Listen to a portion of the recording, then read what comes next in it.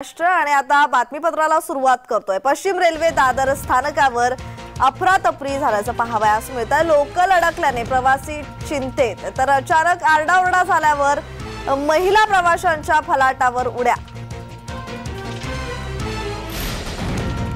पश्चिम रेल्वे दादर स्थानकावर अफरातफरी झाल्याची माहिती समोर येते।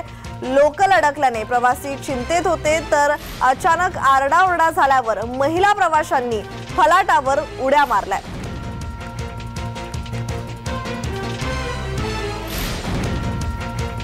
तर या संदर्भात अधिकची माहिती दिली आमच्या प्रतिनिधी तेजल नागरे यांनी। पाहूयात।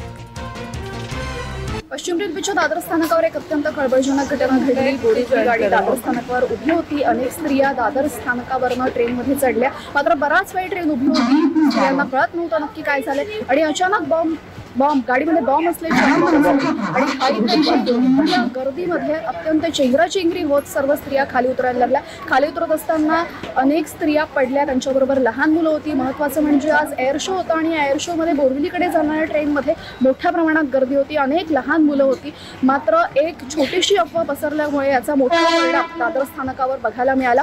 त्यानंतर जेव्हा मी होमगार्ड आणि तिथल्या काही स्थानिक जे तिथे सिक्युरिटी होते त्यांच्याशी बातचीत केली, मला ही गोष्ट कळाली की कोणीतरी चेन पुलिंग केलं होतं। मात्र चेन पुलिंग नक्की कशासाठी झालं, का झालं हे काहीही कळलं नाही।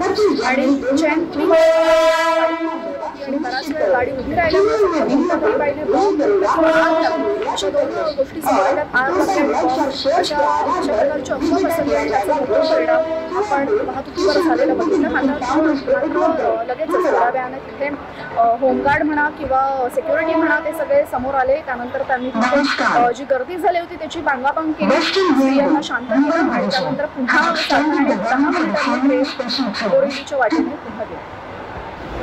ॲक्च्युली आम्ही लोक ट्रेनमध्ये चढलो दादरच्या, तर मग कोणतरी तिथून चेन खेचलं, तर मग ते लोक सगळे बोलायला लागले की बॉम्ब ठेवणार, सगळे धावायला लागले, आपापला जीव वाचतो। पण ती बाई तिथून उतरून तिथे उभीच होती, ती हलत नव्हती। तर 2 बाईका तिथे पडल्या, कुणाचं पाय वगैरे गेलं असं